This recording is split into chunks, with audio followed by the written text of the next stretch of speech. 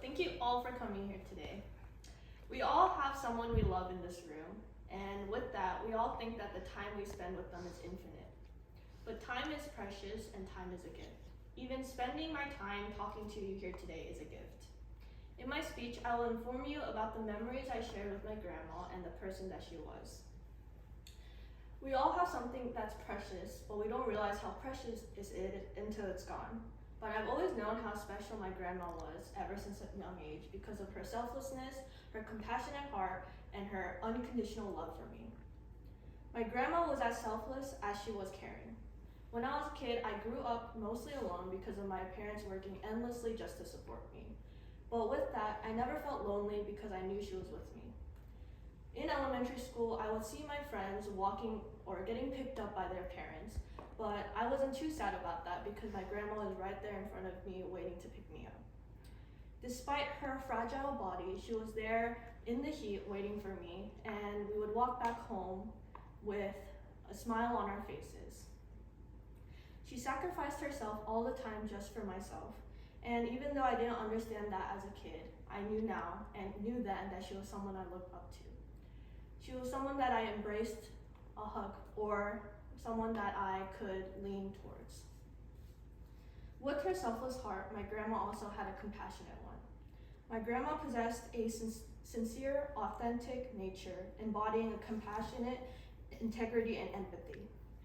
As a child, I would always look up to her, and when I would whine or be upset, she would be understanding. One time during the second grade, I cheated on one of my spelling quizzes because I wanted to get 100 and get the reward. My teacher ultimately figured out because I left a cheating note on my desk with my name written on it, and my parents figured out, but they were absolutely outraged, as they should. But when I went home, my grandma was more than understanding and was there comforting me despite me being completely wrong. She would tell me I was wrong with compassion and told me to grow from my mistakes and not be defined by them. And whenever I fell, she would be there to catch me. She was compassionate and always lended a shoulder for me when I needed to cry. And I felt her compassion through her empathetic and authentic nature. To define the person my grandma was in a few words would be almost impossible. But if I had to, I would define her with just 2 words: her unconditional love.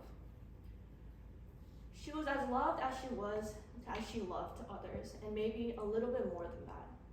Her presence lit the room, and when I was lost in the darkness, I would look for her, and I still do.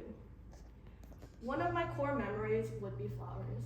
When we would walk home from school, I would collect petals in my hands, and by the end of our journey, I would have almost a handful. I would run up the stairs and drop them as she was downstairs looking up at me. Though it was such a small moment, it meant the world, and even though it was hot outside and she was so tired from coming all the way back to pick me up, she still waited those few minutes just to watch me smile. Her unconditional love taught me to love, and for that, I'm forever grateful. In conclusion, words cannot define the person she was. She was a radiant woman who shined in every way possible and lit the room no matter where she was at. She never failed to put a smile on my face.